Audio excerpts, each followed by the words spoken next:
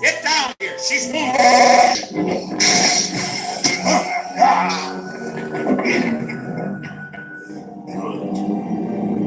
Use your aggressive feelings, boy. Yes, use your aggressive feeling, boy. Where is that? Where is that thing? Obi-Wan has taught you well. Obi-Wan has taught you well. I will not fight you, Father.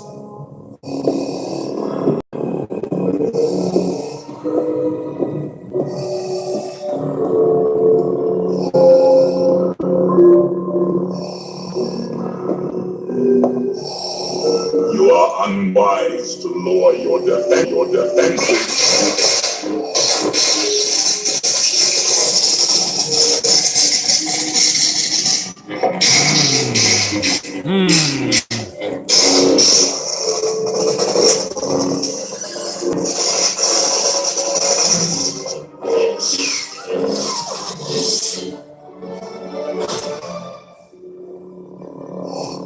Your thoughts betray you, Father. I feel the good in you. The conflict. There is no conflict. You couldn't bring yourself to kill me before, and I don't believe you'll destroy me now. You underestimate the power of the dark side. If you will not fight, then you will meet your destiny.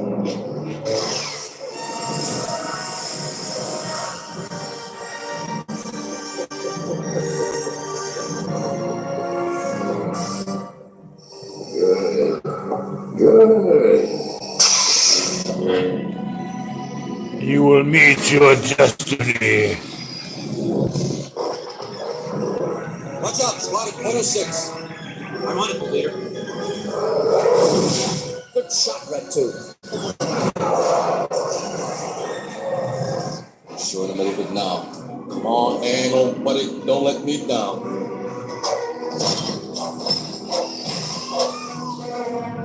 It's over, Commander.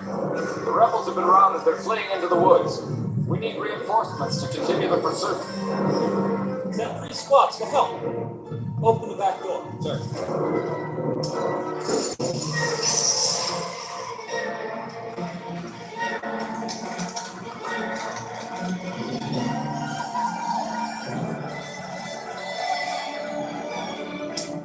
Throw me another charge.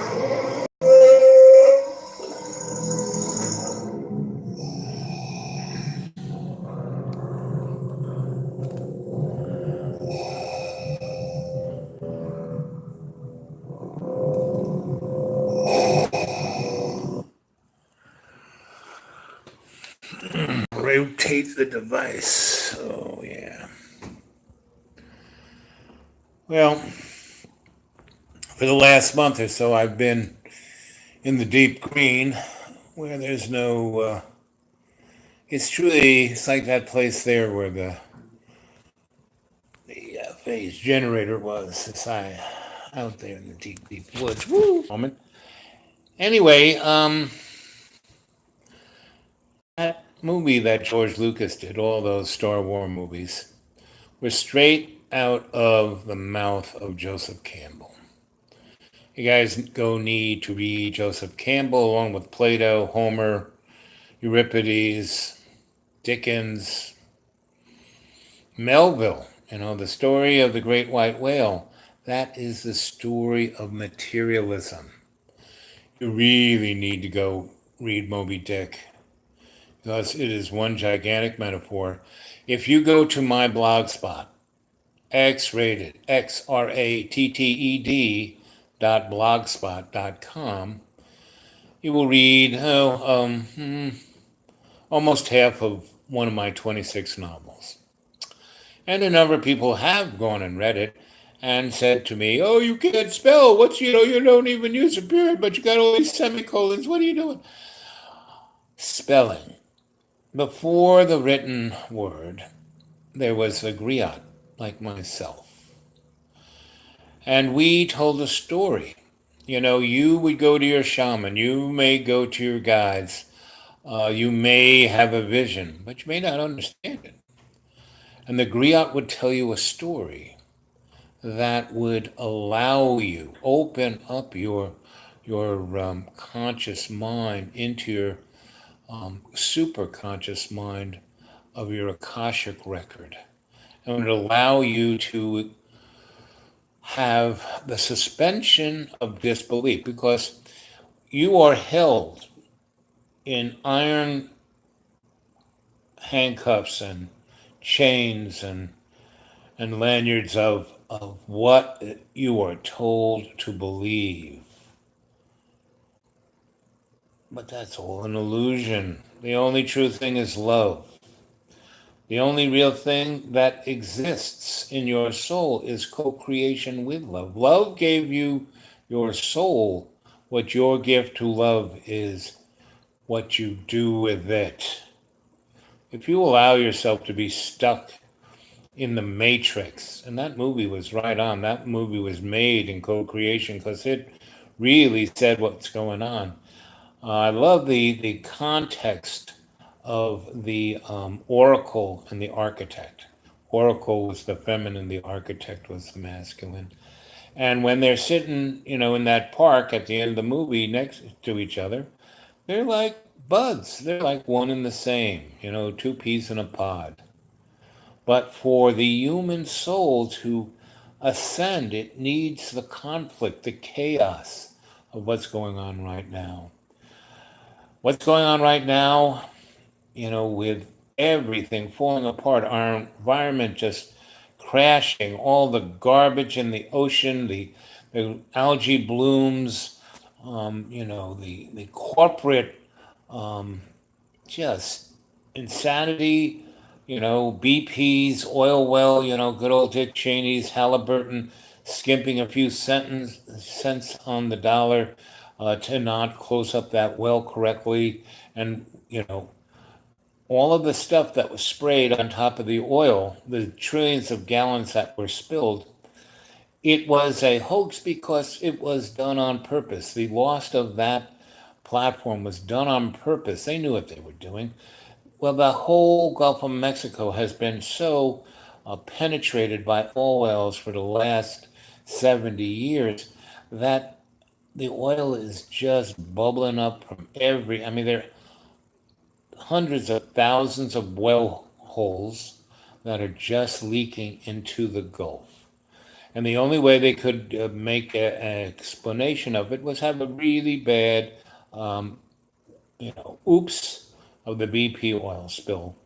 And then they sprayed the dispersant on top, and that oil did not go away. What it did was it got broken up and it sank to the bottom. So the bottom 100 feet of the Gulf of Mexico is just one gigantic oil slick down there, and it's killing. And that's where the algae that feeds the little fish, and then the little fish get eaten by the bigger and bigger and bigger fish. Well, all of the life of sea is dying, just like all the trees are dying from acid rain and if you go look at your cell phone at the weather, you will see, it's going to rain, the temperature's going to be this, humidity's this, and it says UV.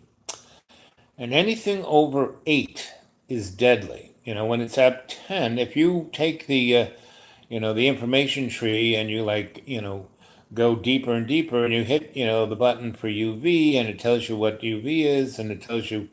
So, the scale they use, 1 to 10. 10 is like your barbecue. Anything over 8, you should stay indoors. And if you go look at the last 10 years, the average UV exposure of going outside, even when it's cloudy and raining, like today, it was raining like you couldn't believe, and the UV was a 9. So if you're out there, you're gonna get fried. And old guys like me, not so much. I'm gonna die sooner rather than later. But all you folks who have children, all you people out there that have grandchildren, anybody that's under the age of 11, their life is going to be unbelievably miserable. And the rich people think they can get away by living in these cities underground. I have seen three of them. I've worked on three. There's okay, here's where we're going to go into storytelling. So, I guess it was 88, 86, somewhere between 86. I went to Colorado to see my niece get married. I went out a month before she got married, and I kind of hung out in her town of Boulder, and I made a film about her and her husband, and what was going on in Boulder, and what was going on. I went down to where Tesla did his experiments in Colorado Springs in the 1880s, where he discovered 0 point energy, where he discovered wireless transmission of information and current, where he discovered the ability to bring forth to humanity, all the energy would ever need without any pollution. But Mr. Morgan said, well, this is free energy. How are we going to make money on it? And there was a big collapse, just like the IT bubble of the late 90s.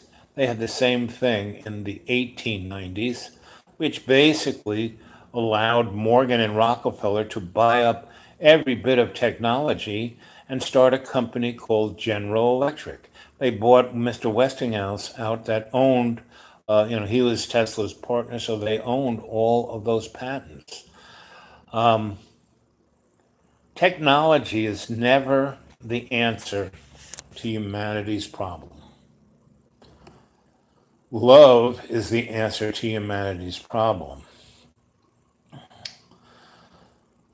And so right now, in 2018, as we head into these elections, the hidden hand has basically caused humanity to doubt every aspect of what it believed in. Religion, pedophilia, that is the basis of every religion, greed and pedophilia. Why do you think Jesus threw the money changers out of the temple? And why do you think the powers that be crucified Jesus? There are plenty of guys who were basically like Jesus doing miracles. Those are like, tricks. Those are like magic. Those are like alchemy. And the base level of love's magic and love's alchemy is quite base. But Jesus, he was a true, they used to call him rabbi. And why would, he wasn't part of the Jewish religion. He was, they called him a Nazarene. And, that wasn't like his, it's not like, his zip code. A Nazarene were guys like, now I'm going to say, I'm just a teacher, but he was more than a teacher. He was more than a rabbi, more than a sensei, more than a guru. He was an ascended master, So, and that's what all humanity, what Jesus came here to do was to show us the path to follow, that we would be like Jesus. And why he was crucified. When they said, here, the powers that be, the guy was in charge there, didn't want to make the choice. He knew something was going on here, and he didn't want to be pegged with murdering this guy, so he put him up to the people. Which you want, Barabbas or Jesus? I'll let one of them go. Give us Barabbas, And so Jesus, Barabbas was a murderer scum, and Jesus really had done nothing except throw the money changers out of the temple. And, before he was, taken away, after the dinner, he brought his apostles. And his true apostles were the girls. Like you see any paintings of Jesus being crucified, Basically, the only ones who are keeping Jesus company is Mary Magdalene and the girls. And they are right there at the base of the cross, where all the boys were such wimps, they ran away and hid, you know? Or were hanging out with the Roman centurions, gambling over Jesus's stuff. And the bottom line is and that's why women have been put down. That's why misogyny rules, because men are total losers when it comes to women. Women give birth. Back in the Og and Grog days, girls ruled, and basically the guys were expendable. So the line that I'm trying to help you follow, and I did a much better job when I wasn't, where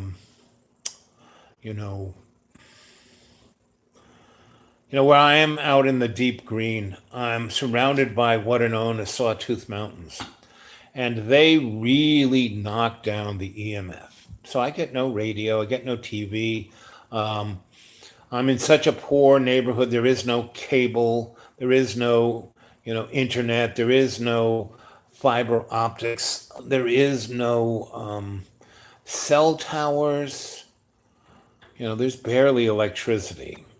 And so I am not distracted by the electromagnetic spectrum. I am surrounded by nature, and nature is always providing. And the last week and a half, I had to come back to Roanoke because I needed to get my eyes operated on. I needed my feet to be operated on. And I needed access to my medicines. And I'm hooked up through a nonprofit HMO that has me on. I am so poor. I own nothing. I have nothing. Got $3 in my checking account. And, I proved that all to these guys. So I fit the bill for the real poor guy to get subsidized for my medicines. And that's what, the big pharma can say, so, this stuff costs a fortune. But, guys who are really poor, we make sure they get it, right? But everybody else, if you got a job or have a little bit of insurance, well, then, we got you over the barrel. And why I have to come to the Big R to get my stuff is that where I'm out in the big green, I'm like 2,500. I'm 25 miles or 50 miles or 30 miles to a town that has a medical model, a hospital and stuff, right? And I'm trying to wire myself into those things, and I'm doing a little bit. I found myself, again, a nonprofit HMO, but they're not as good as the one at the Big R. And so they gave me a prescription for all the drugs I needed, and I went to CVS, and the lady, and I get all the medicines I get. I need a diabetes drug, a neuropathy drug, a drug for my cholesterol, and a drug for my blood pressure, right? And 90 days worth of all of those drugs, and also the little sticky things and strips for my blood meter, cost me $10 for 90 days, right? But at the CVS, they wanted $28,000 for the same thing. And that nearly, I was, what? And I took out the little receipt from the nonprofit pharmacy and showed them that. And the lady at CVS says, well, we're not in the business to keep you healthy. We're in the business to make money. And this town that you're in, that our CVS is a college town, and everyone has insurance, and that insurance pays us. And so we can rape the medical system of the United States and bankrupt it for sheer profit for us. So that's why every month and a half or so I have to come back to the Big R, because Every 60 days or so, I have to have my eyes operated on for my diabetic eyes. And I have, I get sores on my feet, and if they're not taken care of, they can become gangrene, and then they got to nip off my toes or feet. And if that happens, if you have diabetes and you start losing limbs, that you're dead in a matter of years because it changes your metabolism and your blood chemistry and a whole bunch of other things, and you die. Now I'm, I have all these things, my hedonistic existence for 15 years working for the desperate lawyers, living on the high life, gave me that disease. Most disease that in the industrial world, especially America, we have, is that we poison ourselves. It's an environment disease. When they started keeping statistics after the Civil War, 1 in 100,000 people got cancer. Now, yes, they didn't live that long. It's like where I live in the deep green. The few people who live out there basically have lived there for 9, 10 generations, and they're the uber poverty-stricken Appalachian poor. And it's really sad. I've been kicking around that neighborhood, studying it for the last 20 years, because I used to teach or do my social research at UNC and also ETSU, and so that's when I would go from one school to the other. This little was right there. Got to know them, and the bottom line is, that was the only place I ever saw outside of Africa where children have extended bellies, where people have obesity and they're starving to death. And, young adults who are in their 20s look like they're 50. And the grandmas who kind of take care of everyone, they're all the grandmas I knew there who are now dead, they died in their 50s. And yet they look like they're 80, and that's what poverty does to you. It stresses, not only is your diet unbelievably bad, but the stress of living in that is so amazing that your cortisol levels are like through the roof for your whole freaking life. So your body burns out. And that is what the human race is being fed right now. And America is, even though we've never really been the America that we've pretended to be, we are being, basically, we're the one thing standing in the way of fascism being planetary, for why I showed that little bit of Darth Vader and the Empire. That's where we are. We are the Empire, The Empire is striking back. And to fight it, like the Rebel Alliance, no, not going to happen. You can't fight City Hall, but you can offer an alternative aesthetic. You can create yourself to be the antigen that gets injected into the genetic structure of the empire and changes. The empire is us. It's not, the thing. It's like Darth Vader. When Luke in, Return of the Jedi, he goes there and walks into the lion's den. He goes there to save his father, who's Darth Vader, nastiest MF there is.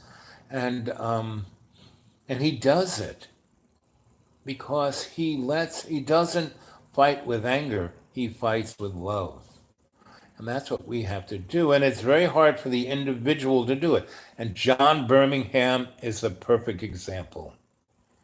He is worse than the emperor when he's in his bad mode, which he can be all the time, because his negative side, like I keep saying, we have an angel on one shoulder and a devil on the other.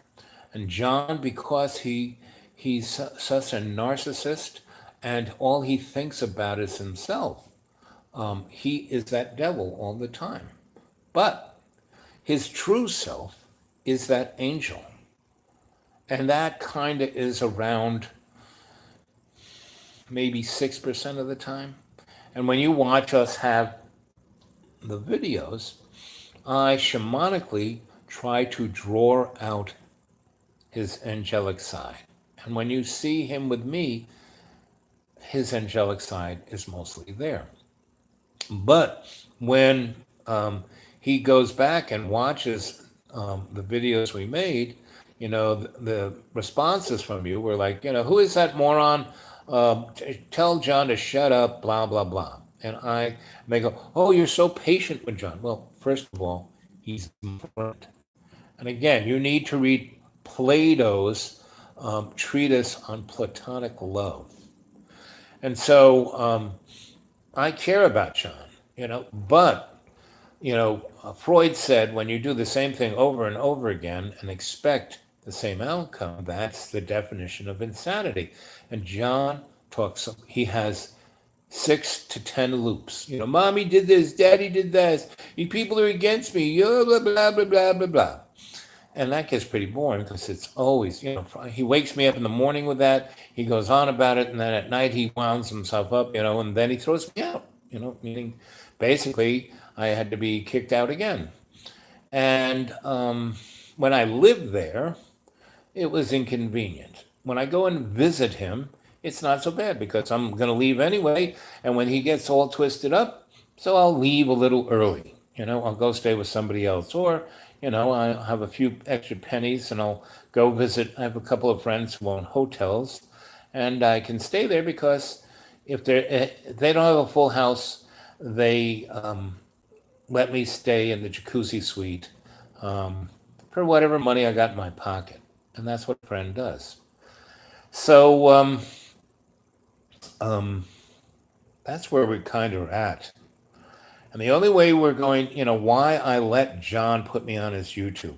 And I never got access to it. I couldn't edit it, couldn't really respond to anything that you guys said. It wasn't until us, my family, my adept family out there, saw John held my business card up once, for a fleeting second. And some of you folks out there were smart enough to stop it there, and you got my where I was, and you started this dreamy dreamland with Sensei Al Bob for me, and you got me my Gmail, the Dude Awake at 42, and started my blog spot, which I put up my do I believe in Tesla's time machine? Of course I do. I was involved with that. The Tesla kind of, like I said, he perfected and discovered 0-point energy in Colorado Springs, which was the doorway into time travel. My mentor, Grandpa Stoll, was Tesla's #1 technician, right? Had the first electrical master's license in the United States. And I lived in one of Tesla's laboratories. It was called, was on the corner of Duane and Hudson, and it was called Mohawk Electric. And in that laboratory, he had these tuning forks that were in the wall. And you could, if you were to, I think I told you the story about how I meditated in the caves of the Australian Aborigines and saw time vortexes. Well, Tesla did the same thing. And these tuning devices he had, went straight into the energetic vortexes of the planet and the solar system. And living in that building and meditating in front of those vortexes, yes, I saw Tesla's time machine. And then the powers that be, and they did, if you read any of, you should read Margaret Cheney's book, Man Out of Time. And there are a number of other, that was the best of the books. That was written in the 50s. And then everyone else who had writes a book about Nikola Tesla, basically, writes from that book, Margaret Cheney's Man of Time, Prometheus. And there are a few other interesting books that were written at the turn of the century about Tesla that are very good because they go into time and space with him. And he was, he liked the attention, and he in his laboratories he'd have people like Mark Twain and all the Johnson and Johnson and all the Colonel Wardorf, and they come and they'd watch his experiments, and and he liked that attention. So he was doing that kind of time travel, vortex travel, point to point travel, talking to alien races over his space radio, and I'll have to go in my library. There are a couple other but if you can go find Margaret Cheney's book, and like I said, if you read that and then go read other people's books written about Tesla, from the 60s on, you'll see that they just rip her off and don't even give her a tip of the hat. I mean, when I write and take things, at least I, tell people where I got it from. Because I'm a scholar. That's what you're supposed to, annotate, right? Anyway, the other interesting thing, I was part of the U.S. Psychotronic Society, and that was a DARPA cutout of people who worked in the industry, who worked at Boeing and Grumman and all those places. And, they were guys and gals. Those things started in the 1880s, and the Philadelphia experiment was part of that. And the bringing of Brookhaven. So Tesla had his laboratory out in Suffolk County in Shoreham, Long Island. He built Wardenclyffes, the first industrial demonstration model of zero-point energy. And he built it, and he showed that it worked. And then Morgan had it taken apart and put Tesla into a crappy room in the New Yorker hotel for the rest of his life. And whenever they needed him, they pulled him out. And, so he worked at Brookhaven. And underneath the ground of Suffolk, Long Island, from Brookhaven and there's a radar installation on the east coast of Long Island, pointing towards Europe, right on this cliff, and it's called the Montauk Laboratory, and they have tunnels that run from there to Brookhaven, and then they have other tunnels that run down to Shoreham, and there are along the Great South Bay, Long Island Sound.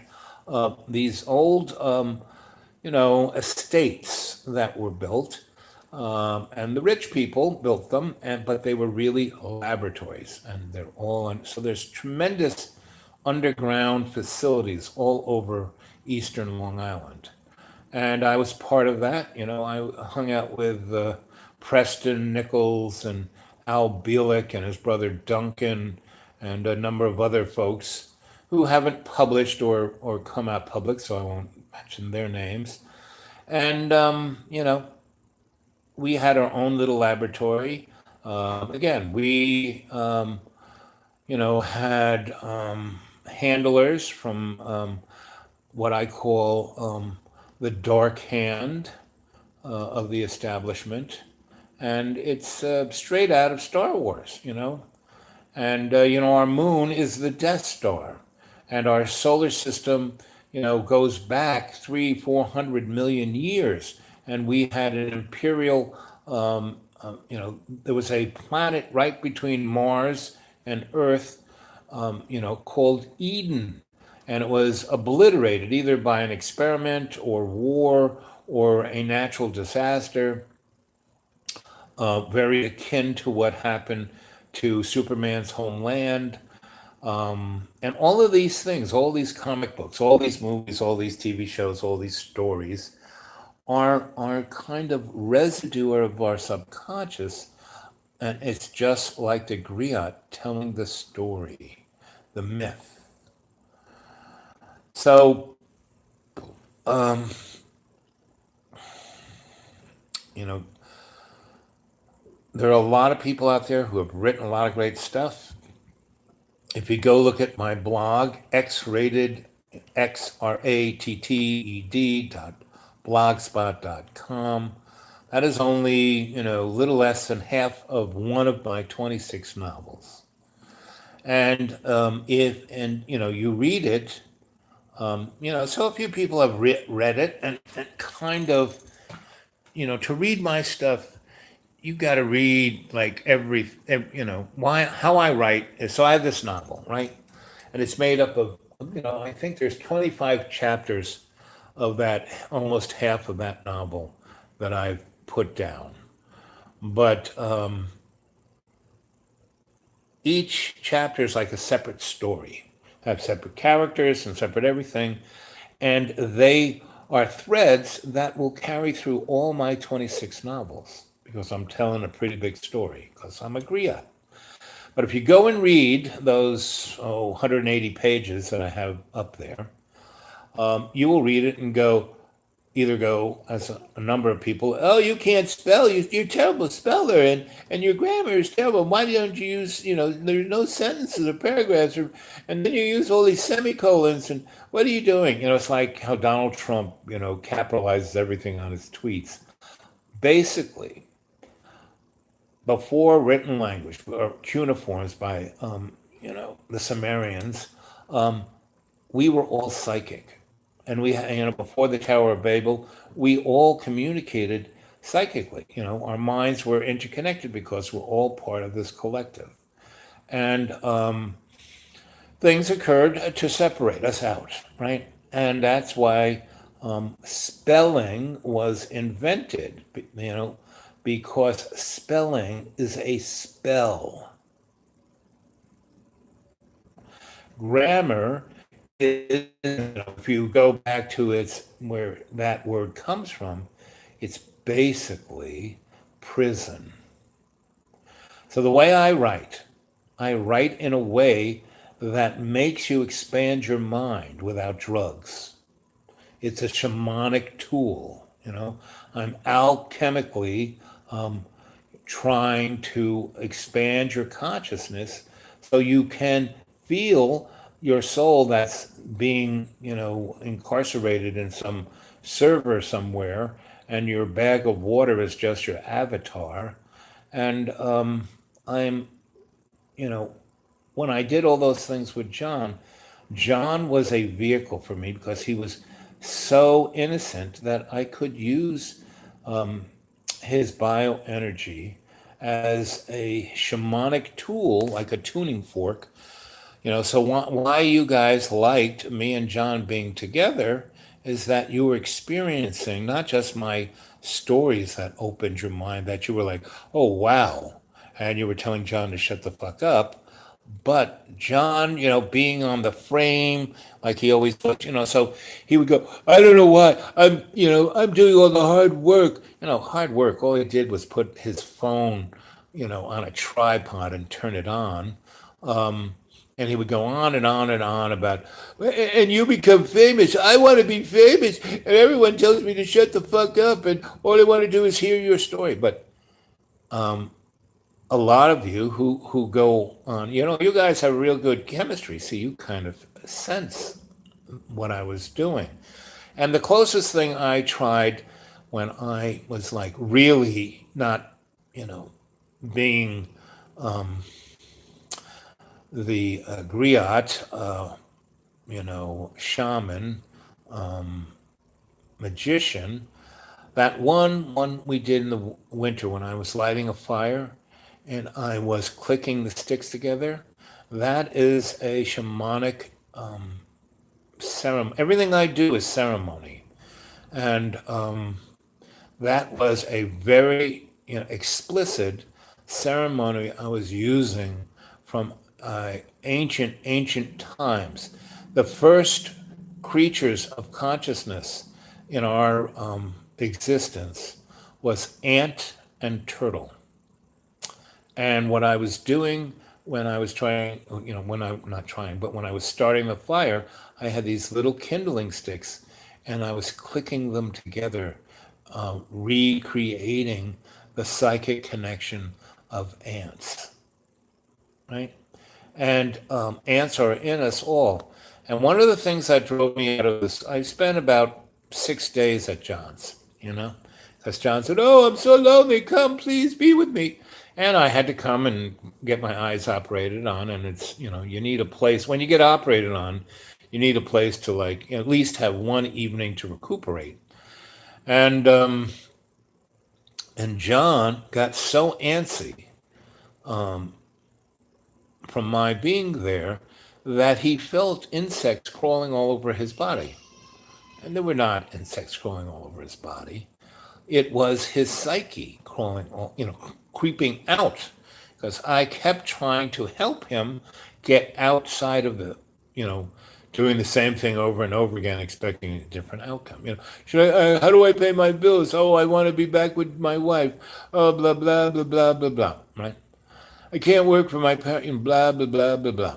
So that was, and I would just, very calmly speak to the fact that, it's his life. He can do what he wants. He doesn't have to feel that he's, oppressed by any power who's judging him, like his parents or the people in town or blah, blah, blah, blah, blah.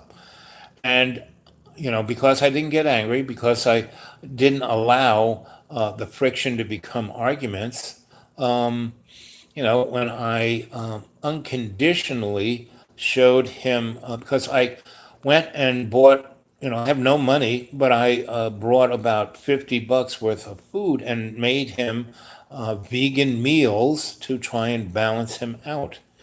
Because pretty much when I'm not there, it's just beer, bread, and candy is his diet. So I was trying to give him healthy food because that's what he needs. And, everything I did annoyed him because it was unconditional, love for him. But it wasn't like, that what he wanted, it's what he needed, but not what he wanted. Anyway, so it drove him so nuts that one morning he had to get up and drive down to the Kroger's, which he can't stand.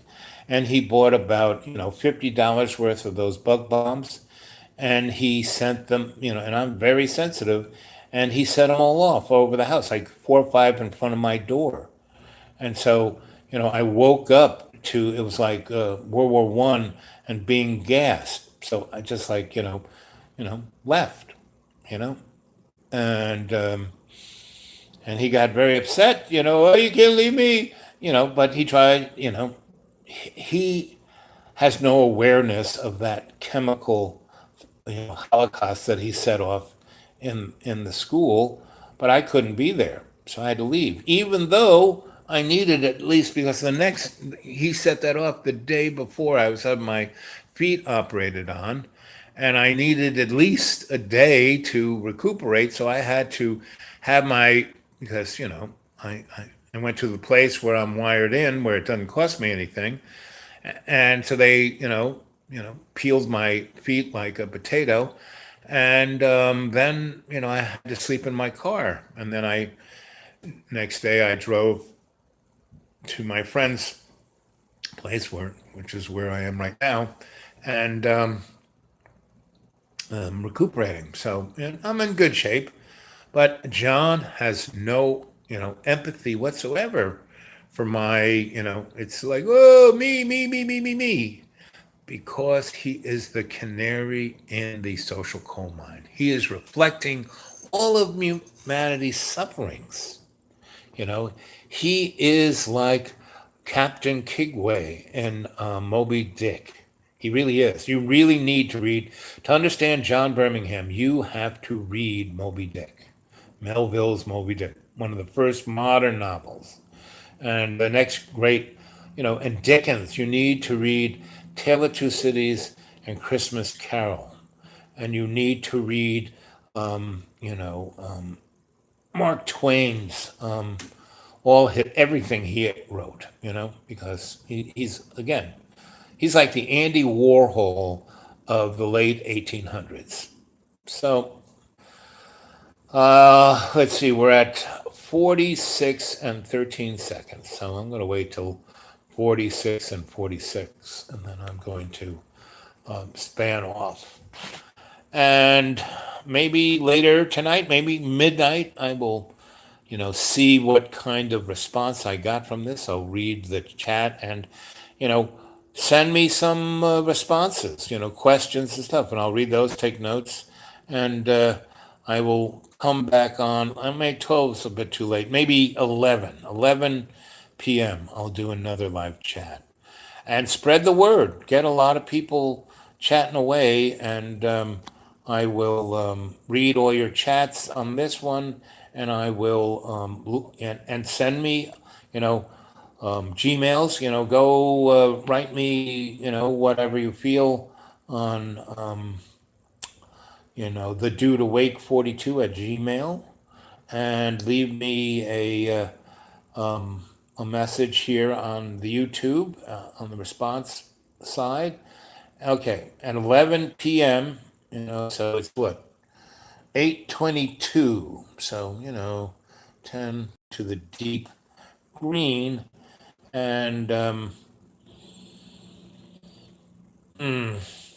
I will be incommunicado for, I don't know, weeks or two. I mean, you guys can, once I go in the deep green, I can't really find a place to do this kind of thing.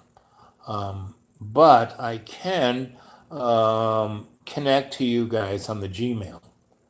So let's after tomorrow, let's communicate on the Gmail. That's the dude awake 42 at Gmail. Okay. I love you all, my family, and it's 48:20, so I'm going to be quiet until 48:48.